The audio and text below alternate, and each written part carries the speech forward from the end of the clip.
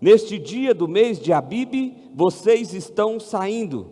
Quando o Senhor os fizer entrar na terra dos cananeus, dos hititas, dos amorreus, dos heveus, dos jebuseus, terra que ele jurou aos seus antepassados que daria a vocês, terra onde mana leite e mel, vocês deverão celebrar esta cerimônia nesse mesmo mês. Durante 7 dias comam pão sem fermento, e no 7º dia façam uma festa ao Senhor. Comam pão sem fermento durante os 7 dias. Não haja nada fermentado entre vocês, nem fermentado algum dentro do seu território. Nesse dia, cada um de vocês dirá ao seu filho: assim faço pelo que o Senhor fez por mim quando saí do Egito. Isto lhe será como um sinal em sua mão e um memorial em sua testa, para que a lei do Senhor esteja em seus lábios, porque o Senhor os tirou do Egito com mão poderosa. Cumpra essa determinação na época certa, de ano em ano. Vamos orar mais uma vez? Pai, nós agradecemos ao Senhor pelo privilégio de termos nessa noite, ó Deus, nos lembrar daquilo que o Senhor fez por nós. Obrigado por esse amor, ó Deus, extraordinário, absurdo, incondicional, maravilhoso, ó Pai, que nos alcança, que nos redefine como pessoa, que nos transforma para a Tua glória. Nós clamamos a Ti, ó Deus, que o Senhor fale aos nossos corações nesse momento, ó Deus, que seja a palavra do Senhor sendo aplicada ao mais profundo do nosso ser, e que pela Tua graça e pela Tua misericórdia, o Senhor me use como Teu instrumento. É assim que nós oramos a Ti, em nome de Jesus, amém. Meus irmãos, na semana passada nós meditamos no capítulo 12 com o pastor Gustavo, onde foi explicado o que é a Páscoa. A Páscoa é justamente a passagem ou a saída da escravidão em direção à terra prometida. É a libertação da morte ou do anjo da morte que veio, passando sobre todo o Egito, recolhendo o primogênito como punição de Deus. Ou seja, eles de fato morreram. Mas os filhos dos israelitas não morreram, porque o cordeiro foi morto e o seu sangue nos umbrais da porta indicava que aquele era um povo eleito, feito parte da aliança de Deus, assim salvo e redimido por esse Deus. E a gente sabe dessa história, você já viu o filme, você já viu o desenho. Se você é da igreja, você já ouviu diversas vezes essa história, mesmo que você não seja de uma igreja, ou que você não tenha uma cultura religiosa, a nossa cultura brasileira, isso faz parte da nossa história, ou seja, todo mundo conhece e sabe quem é Moisés, o príncipe do Egito, sabe como que o povo de Israel saiu do Egito e foi embora libertado, sabe das 10 pragas que estiveram ali no Egito e por aí vai. Agora, o significado disso é muito precioso. A realidade do que isso significa para as nossas vidas é muito precioso, porque nós não estamos falando de qualquer coisa, nós estamos falando do seguinte: havia um povo que era escravo no Egito, já há mais de 400 anos, eles não tinham condições nenhuma de sair dessa condição, mas Deus resolve olhar para esse povo com compaixão e com amor, e tem uma atitude então de amor, libertando esse povo ali do Egito, tirando eles daquela condição de escravidão e conduzindo eles para uma terra prometida, não que eles merecessem, porque eles não mereciam, mas é porque Deus tinha uma aliança com aquele povo. Mas Deus não fez isso sem antes mostrar que Ele é um Deus de juízo, e por isso as 10 pragas, sinal do juízo de Deus, sinal do poder de Deus, e por isso a última praga, a 10ª praga, que é o recolhimento então dos primogênitos, daqueles que não ouviram a voz do Senhor. Passado tudo isso, Deus já dá uma advertência logo de cara para o povo, que é o capítulo 13. E aí a primeira advertência tem a ver com nos lembrar. Eu quero que você pense comigo o seguinte: nós lemos do verso 1 e vamos até o verso 16 dessa meditação, mas eu vou ter que dar um saltozinho aqui para o verso 3 e depois nós vamos retomar o verso 1, tá bom? Vocês vão entender por que essa lógica. Deus saca 2 elementos necessários para nos fazer lembrar desse grande acontecimento que é a Páscoa. E olha só o que diz o verso 3. Então disse Moisés ao povo: comemorem. Essa palavra comemorar aqui é celebrar, lembrando-se de algo, celebre algo que aconteceu no passado. Lembre-se de algo que aconteceu no passado com alegria. Comemorem esse dia em que vocês saíram do Egito, da terra da escravidão, porque o Senhor os tirou dali com mão poderosa. Então celebrem. A Páscoa não é uma ação de tristeza para nós, porque nós falamos sim que Cristo morreu pelos nossos pecados, assumindo ali a nossa culpa na cruz do Calvário, mas mais do que isso, nós nos lembramos de que Ele ressuscitou ao terceiro dia, vencendo a morte, porque Ele venceu a morte, nós agora somos vitoriosos sobre a morte. E uma vez que agora Ele vence a morte, Ele nos garante a vida e a vida eterna, vida que eu e você temos. Gente, eu sei que vocês estão distraídos porque estão desligando as luzes aí, mas é porque os meninos lá de fora estão fazendo a Via Sacra, tá bom? Eles estão rememorando essa ideia da Via Sacra. Então, eles estão tendo a Páscoa deles lá, sendo comunicada da maneira que eles entendem. Se esforcem para a gente estar aqui todo mundo, tá bom? Combinado? Vamos lá então. Então, Deus está dizendo, olha, lembrem-se disso. Não é algo para vocês se lembrarem com tristeza. Jesus morreu por nós. Glória a Deus por isso. Você pode dar uma glória a Deus aí? Ih, foi muito desanimado. Vamos tentar de novo. Jesus morreu por nós. Glória a Deus por isso. Agora já está melhor. Porque nós estamos festejando, é alegria. A morte foi vencida pela obra do nosso Salvador. Nós precisamos lembrar disso com alegria. E o que exatamente isso significa? Significa que nós saímos do Egito. Qual é o nosso Egito? Aonde nós estamos escravos? O nosso Egito é o nosso pecado. Nós estamos presos e escravos do nosso pecado. Quer ver uma coisa? Quem aqui não pecou nessa última semana, levanta a mão. Não fez pecado nenhum, nada de errado, foi só coisa boa. Na última semana. Nos últimos 3 dias. Eu não vou perguntar no último minuto, porque nós vamos passar vergonha aqui. Percebe como o nosso coração está escravizado? E é justamente essa libertação que o Evangelho de Jesus, que a Páscoa, manifestada ali em Êxodo capítulo 12, significa. Nós saímos dessa condição de escravos, nós saímos daquilo que nos aprisiona, que é o pecado, nesse caso aqui é o Egito. Nós saímos dessa terra de escravidão. E por que nós saímos de lá? Esse é um elemento importantíssimo. Porque nós somos libertos do escravo, porque nós somos libertos da morte, porque nós somos tornados filhos. Porque Deus fez isso. Porque o poder de Deus se manifestou. Olha o que diz o verso. Porque o Senhor os tirou dali com mão poderosa. Nunca pense que foi por você, pelo seu mérito, pela sua capacidade, pela sua desenvoltura, pelo seu conhecimento, pelo seu status social. Nunca foi por isso. Foi por causa da mão poderosa do Senhor, que simplesmente veio em minha e em sua direção, e nesse caso aqui na direção do povo que estava ali no Egito, com graça e com uma decisão simples de retirar, de libertar esse povo da escravidão. Mas o texto continua. Nesse dia do mês de Abibe, vocês estão, ele está dizendo aqui o que vocês devem se lembrar, tá bom? Lembre-se de que vocês foram tirados do Egito, da terra da escravidão, através da mão poderosa do Senhor. É isso que vocês não podem se esquecer. Não se esqueçam disso, não se esqueçam disso. E aí ele vai dizer assim, não comam nada fermentado. Isso aqui ele vai começar a explicar sobre a festa dos pães asmos. O que é isso? É pão sem fermento. No capítulo anterior, no verso 12, Deus falou assim, olha, vocês vão ser libertos, então não dá tempo de fermentar, de levedar a massa do pão.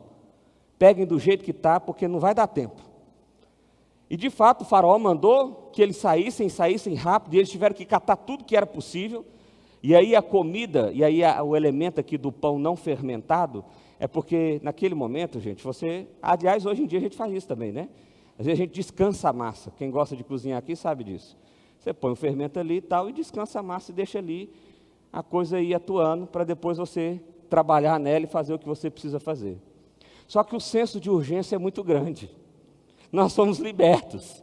Não dá tempo de você carregar nada do Egito, nem mesmo fermento, nem mesmo aquilo que faça com que a massa do pão fique um pouco melhor. Não dá. Você tem que catar o negócio daquele jeito ali mesmo. E é isso que Deus vai estabelecer aqui agora. Um rito, uma festa, para que eles se lembrem do que aconteceu na Páscoa. Então, olha só. Ele vai começar no verso 4. No dia do mês de Abibe, vocês estão saindo. quando o Senhor os fizer entrar na terra dos cananeus, dos hititas, dos amorreus, dos heveus, dos jebuseus, terra que ele jurou aos seus antepassados que daria a vocês, terra onde mana leite e mel, vocês deverão celebrar essa cerimônia neste mesmo mês. Então essa era uma cerimônia que tinha que ser celebrada durante todo, uma vez por ano, sempre no mesmo mês, sempre na mesma data. Tem alguma coisa que nós estamos fazendo aqui? Tem, né? Tem tudo a ver. Nós estamos celebrando exatamente isso. E aí ele continua dizendo o seguinte, olha só. Durante 7 dias, comam pão sem fermento. Preste atenção na ênfase que ele vai dar no sem fermento aqui agora. E no 7º dia façam uma festa ao Senhor. Comam pão sem fermento durante os 7 dias. Você, mas você acabou de falar isso de novo? Mas vai repetir. Não haja nada fermentado entre vocês. Já deu para entender que não é para ter fermento. Nem fermento algum dentro do seu território. Ficou alguma dúvida que esse fermento aqui não é bem-vindo? O que significa isso? Paulo vai esclarecer isso quando ele escreve a carta aos Coríntios. Ele vai usar o fermento como elementos de impureza que nós trazemos da nossa vida antiga para a nossa nova vida.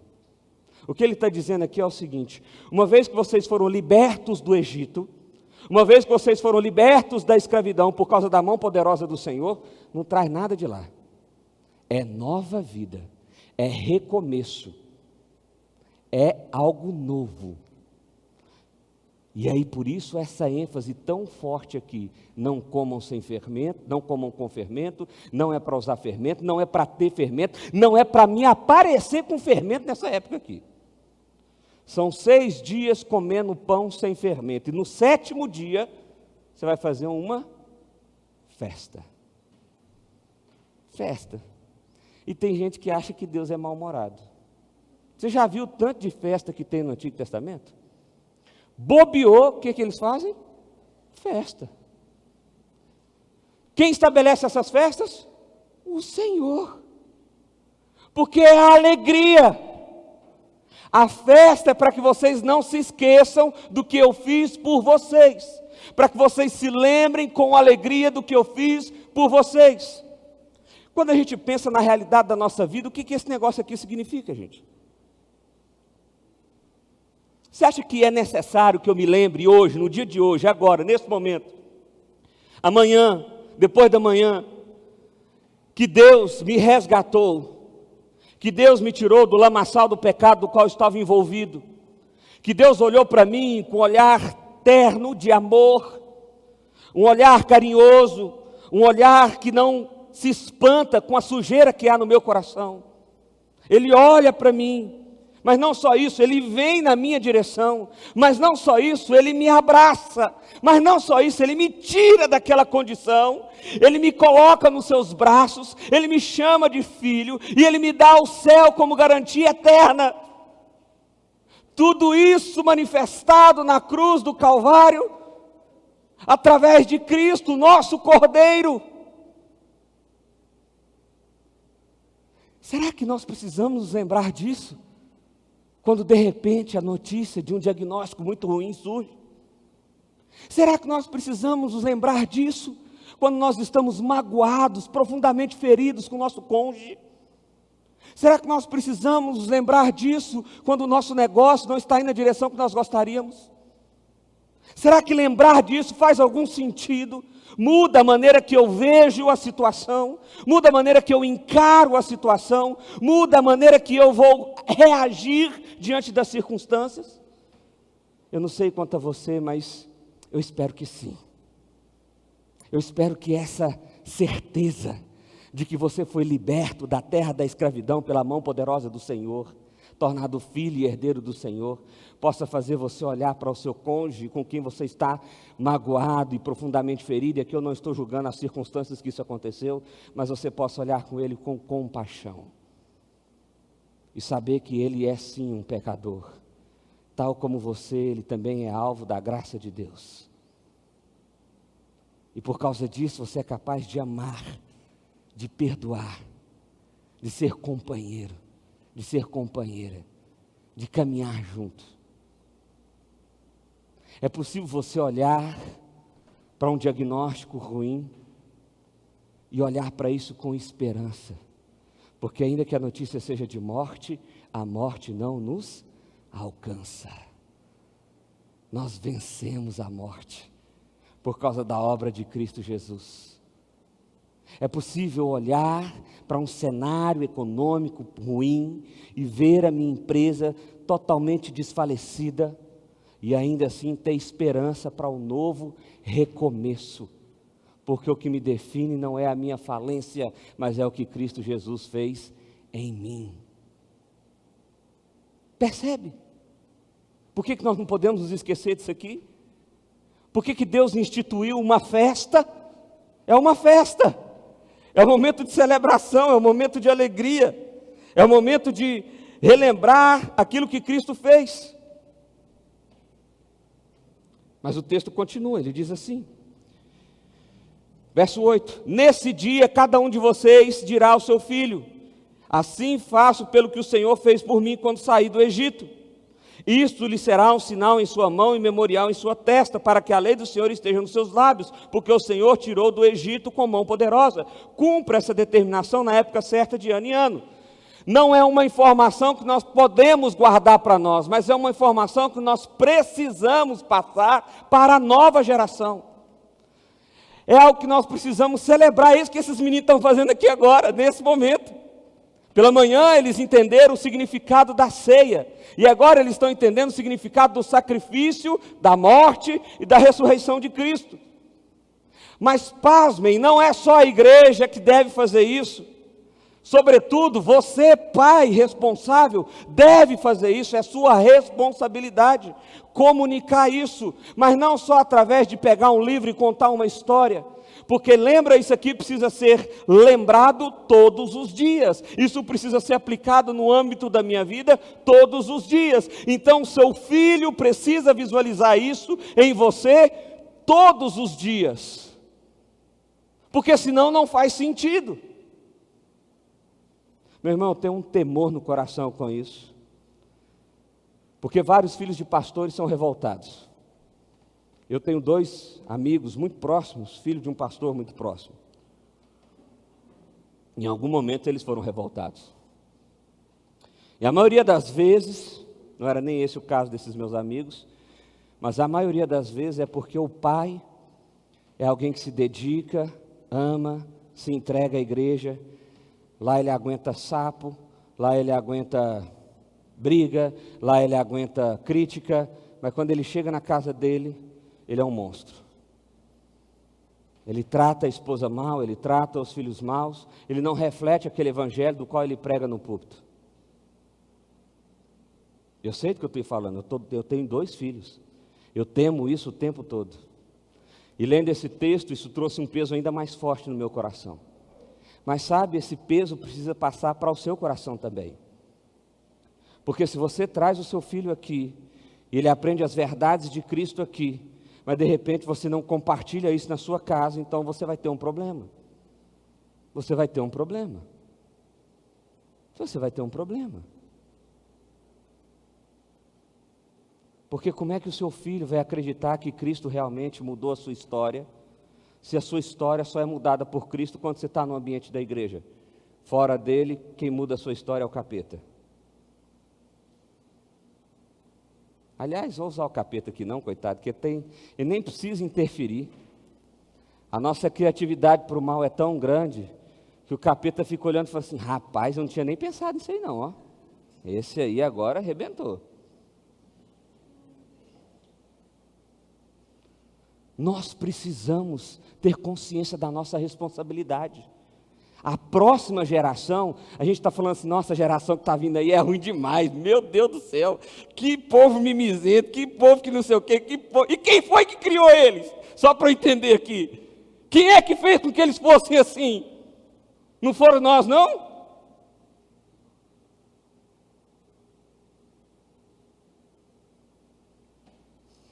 Nesse dia, cada um dirá ao seu filho: assim faço pelo que o Senhor fez por mim. A minha vida é uma expressão de gratidão àquilo que Deus fez em mim. E o seu filho precisa ver isso em você o tempo todo. Pai, por que você perdoa aquele infeliz lá, maldito? Porque o Senhor me perdoa. O Senhor me perdoa, então por causa disso eu perdoo. Pai, por que você fica aguentando esse desaforo aí? Porque Jesus aguentou muito mais desaforo, e eu, por causa disso, porque o que Ele fez por mim, eu vou aguentar desaforo.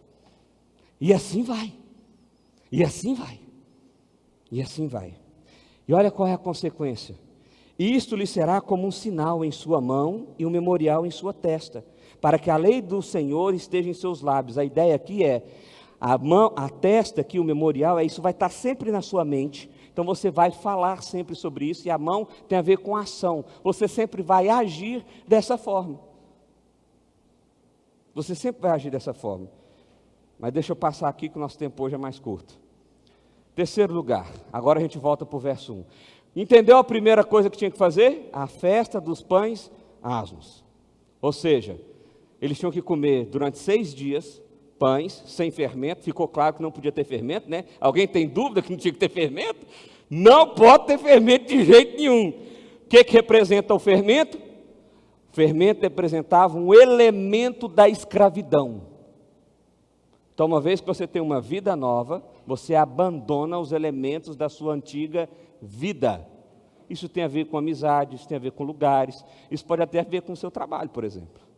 Você abandona isso, é sem fermento nenhum, porque agora é nova vida. E você vai fazer essa festa todo ano, celebrar todo ano com extrema alegria. Por quê? Porque é necessário lembrar disso com alegria. Agora Deus vai estabelecer um segundo rito, esse aqui é mais polêmicozinho. Olha aqui comigo. Terceiro lugar, verso 1, voltei lá para o verso 1.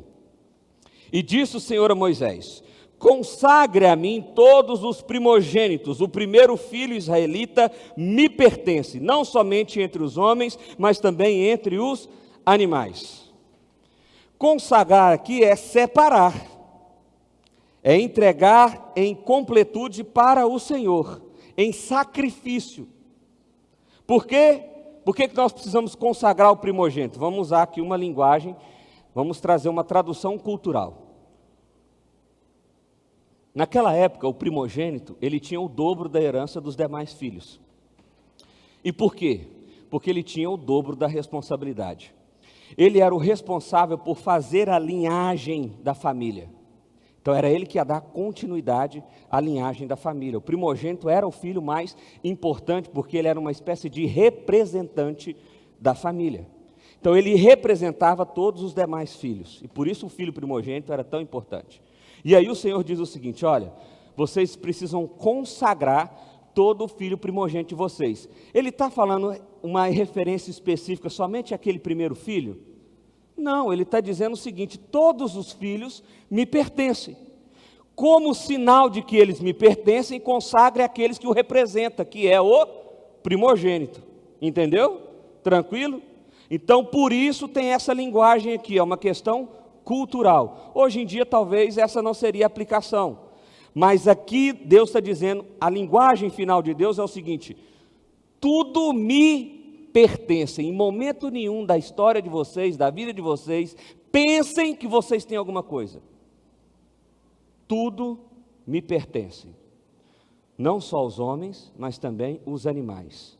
Não só os seus filhos, os seus descendentes, mas tudo que vocês têm, as posses de vocês. E para que vocês não se esqueçam disso, aí dá um salto lá para o verso 11. Ele vai explicar como que isso funciona. Espera aí, uma primeira aplicação aqui que eu preciso fazer. Atenção, pais. Seu filho não é seu filho. Seu filho pertence ao... Falou baixinho, né? Vou repetir. Seu filho não é seu filho. Seu filho pertence ao Senhor. Tem uma história de um casal que eles estavam participando de uma cerimônia em que o filho iria ser missionário num outro continente. E aí alguém, um amigo conhecido, virou para esse casal e falou assim: você está triste com isso? Você vai perder seu filho agora para outro continente, nem sabe o que vai acontecer lá. Como é que você está se sentindo sobre isso?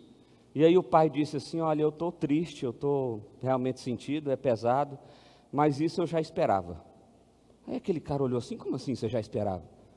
Não é porque quando ele era criança, nós estávamos num culto e foi falado sobre consagrar os nossos filhos ao Senhor. E eu e a mãe dele chegamos em casa, ele ainda era bebê, estava no berço, ela orou de um lado, eu orei do outro, e nós oramos juntos, dizendo que o nosso filho estava consagrado à missão. Ele iria ser um missionário. E assim nós consagramos o nosso filho. E nós nunca dissemos isso a ele. Nós nunca falamos sobre isso com ele. Mas nós críamos perfeitamente que o Senhor atenderia a nossa oração. Então nós estamos tristes, mas nós já esperávamos isso aí. Você já consagrou seu filho ao Senhor? Consagrar seu filho ao Senhor não necessariamente significa para ele ser missionário, não. Pelo menos não no sentido de ir para uma missão fora de um outro país. Mas você precisa consagrar o seu filho ao Senhor para que ele seja luz do Senhor. Desde a escola, desde o primário. À medida que ele for crescendo, essa luz reflita ainda mais forte, de maneira mais plena, a glória de Deus. Você já fez essa oração? Dizendo, o meu filho pertence ao Senhor, o meu filho é do Senhor. Quando nós batizamos as crianças, nós fazemos isso. Ali é um ato de consagração. Eles pertencem ao Senhor, e nós cremos tanto que eles pertencem ao Senhor, que nós o batizamos, que é o sinal de pertencimento ao povo de Deus. É o sinal de pertencimento ao povo de Deus. Seus filhos não são seus filhos são do... O pessoal de cá entendeu legal. Seus filhos são do Senhor. Mas aí o texto continua, olha só, agora ele vai explicar como é que a gente vai fazer isso. Depois que o Senhor o fizer entrar na terra dos cananeus e entregá-la a vocês, isso aqui é muito interessante. A nossa ação é sempre uma reação de uma ação primária de Deus. A festa dos pães asmos só tinha que acontecer depois que eles chegassem na terra prometida, ou seja, só depois da bênção chegar. Não era para fazer antes, porque nós não compramos nada com Deus, nós não barganhamos nada com Deus. Deus já está falando, eu vou te abençoar, então por isso, faz. Beleza? Agora aqui é a mesma coisa. Depois que vocês chegarem na terra dos cananeus, e eu entregá-las a vocês, como jurou a vocês os seus antepassados, separem para o Senhor o primeiro nascido do ventre. Todos os primeiros machos do seu rebanho pertencem ao Senhor. Então todos os machos de todos os rebanhos pertencem ao Senhor. Resgate com um cordeiro toda a primeira cria dos jumentos, mas se não quiser resgatá-la, quebra-lhe o pescoço. Que linguagem doida é essa? Vou explicar. Quando Deus está dizendo para consagrar, Ele não está de brincadeira, não. Esse ato exigia um rito religioso, que significava matar um animal, aspergir o seu sangue no templo, para que o primogênito fosse resgatado. Era algo simbólico do que tinha acontecido no Egito. O que Deus está dizendo aqui é o seguinte: nunca se esqueçam de que vocês só existem por causa do sangue do meu cordeiro. Por isso, toda vez que um filho homem, primeiro filho homem nascer, vocês vão sacrificar. Naquela época era um boi, ou uma ovelha, um carneiro, ou até mesmo uma rolinha, depende da classe social de cada um. Mas aí, o que essa jumenta está fazendo na história, que eu não entendi? É porque a jumenta era um animal impuro. Mas ele era um impuro de uma classificação um pouco melhor. Então ele não servia para o rito religioso, ele não servia para o sacrifício do templo, porque Deus só aceitava animais puros. Mas a jumenta servia ao trabalho, mas ela pertence ao Senhor também. Então como é que nós vamos resgatar a jumenta? Como é que a gente resgata a jumenta? Da morte. Através do sangue do cordeiro. Ah, mas eu não quero matar um cordeiro para salvar a jumenta. Então você tem que matar a jumenta. Mas sem aspergir o sangue dela. É quebrando o pescoço. Porque aspergir o sangue era um significado de ser lavado pelo sangue do cordeiro. De ser redimido pelo sangue do cordeiro. Eu sei que isso parece muito macabro. Eu sei. Mas isso mostra a seriedade do que é que Deus está ensinando aqui. Eu quero que você entenda isso. A sua vida só existe porque o cordeiro foi sacrificado, o sangue foi aspergido, e é por isso que você respira e vive. E é exatamente isso que Deus está estabelecendo aqui como rito no Antigo Testamento, porque Jesus ainda não tinha vindo, para simbolizar, mostrar de maneira didática tudo aquilo que Jesus iria fazer. Eu sei, eu estou vendo assim, gente, está assim, ó. Meu Deus, que trem esquisito. É isso, não tem jeito de explicar isso de forma mais branda. É exatamente isso, olha só, resgate também todo o primogênito entre os seus filhos. Como que eu resgato o primogênito entre os meus filhos? Sacrificando um animal no templo, aspergindo o sangue em substituição. O seu filho, já sei, um exemplo bom. Lembra de Abraão? A história de Abraão? Virou lá para Isaac, vamos lá que vamos ter que fazer um sacrifício ali. Subiu no monte e o Isaac pergunta assim, pai, e o sacrifício? E aí Abraão responde assim, então, preocupa não que o Senhor vai providenciar, Ele vai prover. E aí chega lá, Abraão monta o altar, amarra o menino, põe o menino no altar, pega o cutelo, a faca, na hora que ele vai dar a facada, o que acontece? Um anjo aparece com o cordeiro, em substituição ao sacrifício daquele menino. O que Abraão está aprendendo ali com Deus? Que Deus é mau, que Deus é... Como é que fala? Esqueci, essas palavras aí que o povo gosta de falar. Que Deus é esquisito, que Deus é... Não. O que Abraão está aprendendo ali é o seguinte: o meu pecado merece a morte. Mas Deus me ama tanto que Ele substitui a minha morte pela dele. Ele providencia o cordeiro dele no meu lugar. E por isso eu tenho vida. Por isso eu tenho... É exatamente isso que Jesus fez na cruz, meu irmão. Sei que tinha que estar pregado lá. Sei que tinha que ter recebido aqueles açoites. Sei que tinha que estar condenado ao inferno. Aliás, você está. O que tira você dessa condição é o fato do Cordeiro de Deus ter se manifestado no mundo, morrido na cruz e ter vencido a morte e ressuscitado ao terceiro dia. E é por isso que nós temos vida. O que isso significa para a Páscoa hoje? Quero passar rapidamente sobre isso aqui. Olha só.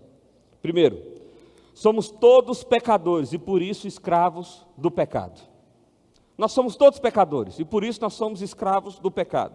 Deus em Cristo, o nosso Cordeiro Pascal, é sacrifício necessário para a nossa libertação. Ninguém é salvo se não for pelo Cordeiro de Cristo. Ninguém é salvo se não for pelo Cordeiro de Deus. Terceiro, ao respondermos a Cristo com arrependimento e fé, Ele nos liberta da escravidão do pecado, nos redimindo e nos salvando. Esse é o grande símbolo da Páscoa, esse é o grande símbolo da salvação. Em último lugar, ser liberto da morte do pecado exige que vivamos uma nova vida. Somos chamados a ministrar em nome de Cristo, ensinar aos nossos filhos e ser carta viva em nosso mundo, ser testemunha viva em nosso mundo. O que fazer então? Primeiro, nunca se esqueça da Páscoa e o que ela significa. A Páscoa significa que seu casamento tem uma nova chance. A Páscoa significa que a relação com seu filho tem uma nova chance.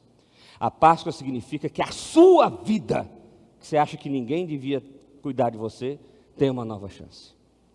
A Páscoa significa que há esperança.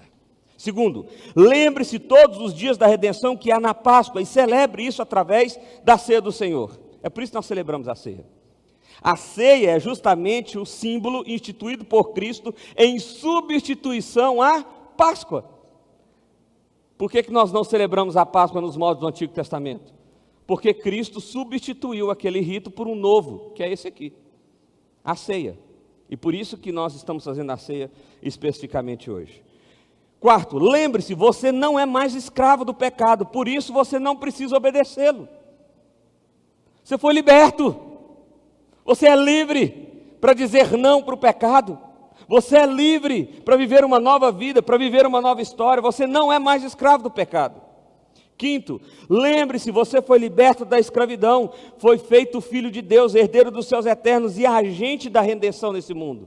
Você tem uma missão aqui. Sexto, lembre-se que você, pai, tem a responsabilidade de transmitir essas verdades aos seus filhos por meio de palavras e ações. E aqui eu quero voltar a enfatizar, a responsabilidade é sua, pai.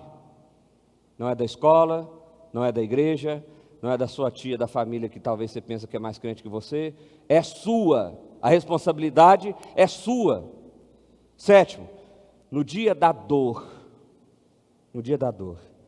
lembre-se, você é alguém amado por Deus, e nenhuma circunstância muda essa realidade do Cordeiro. Nada muda essa realidade garantida pelo Cordeiro. Uma última frase. A vida é um grande tormento. Quando nos esquecemos do amor de Deus manifestado na cruz do Calvário, por meio do Cordeiro perfeito. Ao mesmo tempo que a vida é leve, sempre que eu me lembro desse grande amor manifestado em meu favor. Você pode estar vivendo uma das duas coisas: um tormento terrível, absurdo, porque você se esqueceu do que Cristo fez na sua história. Ou você pode estar vivendo uma leveza maravilhosa, apesar das circunstâncias ruins, porque você se lembra do que Cristo fez na sua história. Amém?